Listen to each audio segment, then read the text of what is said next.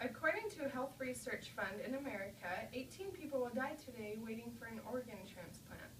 Of the 6,700 people that would die in America, about 75% of them are not registered organ donors. Simply by registering as an organ donor, you could save up to 8 lives and help several others better their quality of life by donating tissue. About 62% of people on the American transplant list are over the age of 50. However, 2,000 of them are children awaiting transplants in the United States.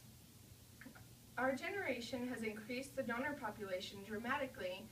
However, the number of transplants has almost tripled since 1996. So even though people are becoming more aware and more willing to donate, the need for donors is still increasing each day.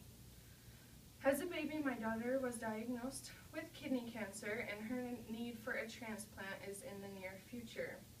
With more than half of the organ transplant being kidneys, I feel overwhelmed with the number of Americans that do not plan to donate after they are no longer in need of their organs. After my child was diagnosed, I was very nervous that she would soon need a transplant, so I was looking into potential donors. My mother stated that she was not a registered donor because everyone knows that doctors will not try to save your life if they know that you are not a donor. I thought this was completely crazy. However, according to a recent Gallup survey, 52% of Americans do in fact believe that doctors will not try as hard to save your life if you are on the donor list. Doctors will not risk your life just to save another life. It's their job to do anything they can in order to save you, regardless of whether or not you are a registered donor. Most people think that they are too old to donate or that they have too many health problems that prevent them from being a donor.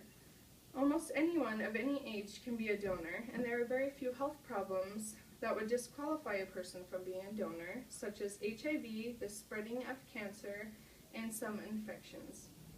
Some people also believe that if they donate, they can only have a closed casket.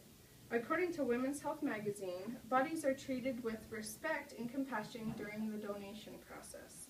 If you also are not comfortable with some of your body organs being donated or your tissues, you can pick and choose with which organs they donate.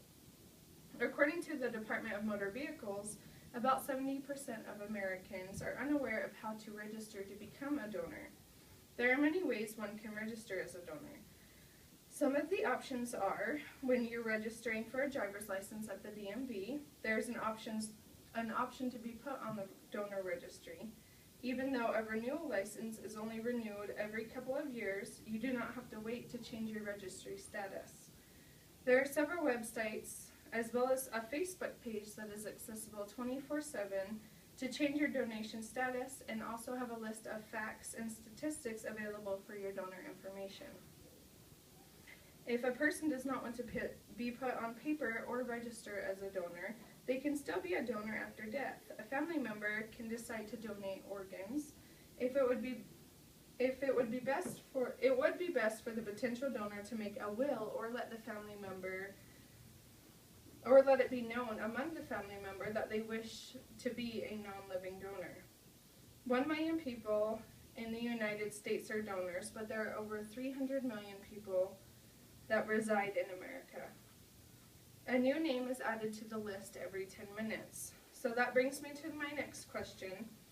If your child or relative were on the transplant list, would you be more willing to donate your organs? According to the American Psychology Association and a recent Gallup survey, 95% of Americans are encouraging others to donate. So why aren't 95% of Americans donors? Are people really willing to donate, or are they just willing to say that they are wanting to donate? In 2013, 560 people participated in the Gallup survey. They were asked whether or not they encouraged non-living donation, and 95% of them said yes.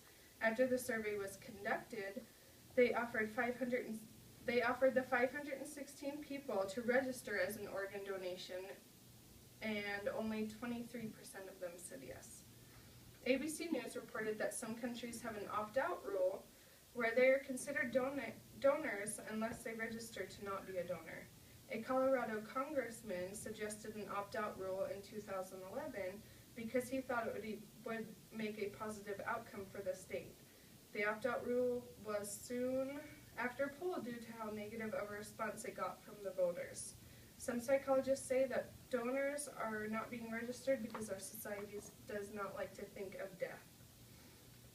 I hope that after this speech, those of you who are not registered donors will consider going online to register today. I also hope that I calmed any anxiety and ruled out any myths that were previously thought true of organ donation.